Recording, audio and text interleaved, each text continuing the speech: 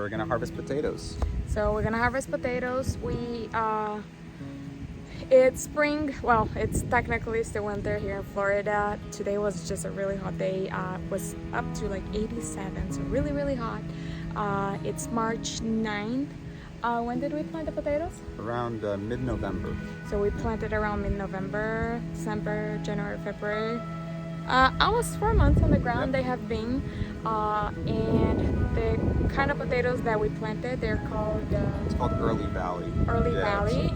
It's a variety that reaches maturity or gets a good size a lot earlier, and that's really helpful in Florida because one thing that a lot of people don't factor in is the day lengths are shorter here in the southern hemisphere throughout the winter.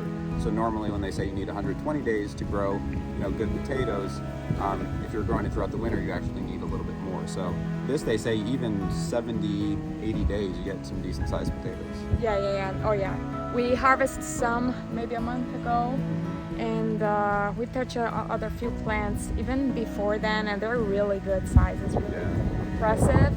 And we planted 2 full beds of them. The beds are 30 by 3, and we already harvested one of the beds a month ago, and we're harvesting the other one now. They're just really, really bad, which is common for potatoes. And without further ado, I'm gonna show you guys the potatoes that we planted. And they are determinate types, right? Yeah, determinate. Yep. And potatoes here in Florida are normally grown throughout the cooler months, and they can be grown even if we have a frost. Some people just mound them, and the difference between determinate and indeterminate potatoes is just like tomatoes. The indeterminate potatoes, they just mound it up as the potato grows, and the determinate potatoes, you don't have to do that. We already cut them, and these are in our in-ground beds. The soil has been improved just like our raised beds.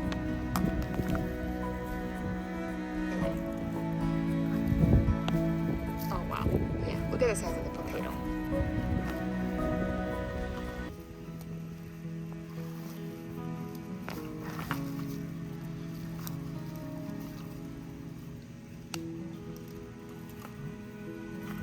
We just started harvesting, and we're gonna show you guys what we got.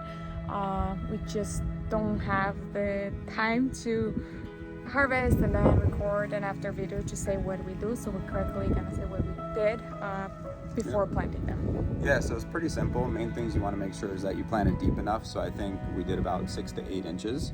Our soil is pretty moist already, so I was a little light on watering while they were sprouting up. Main reason, you don't want to rot them in the ground, right? You want to give them enough water and moisture and heat, but you don't want to rot them.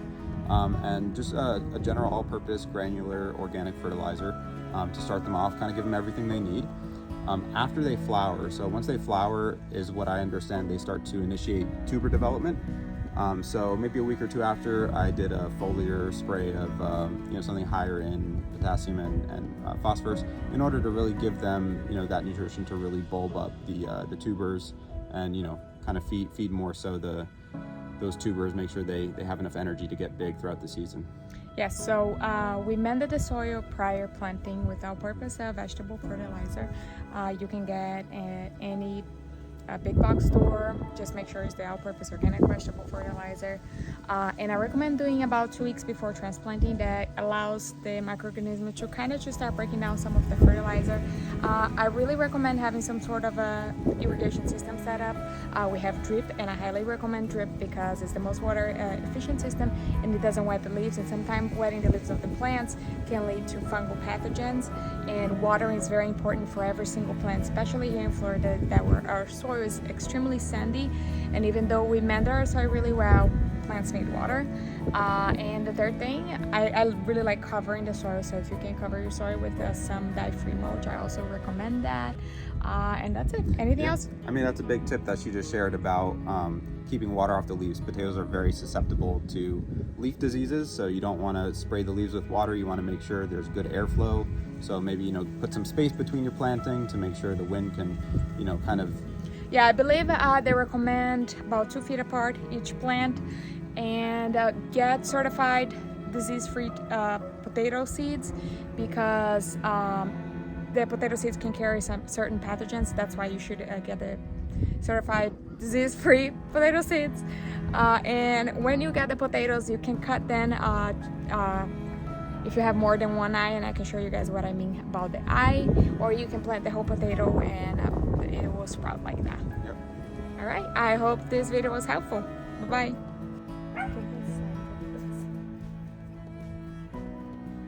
This is crazy.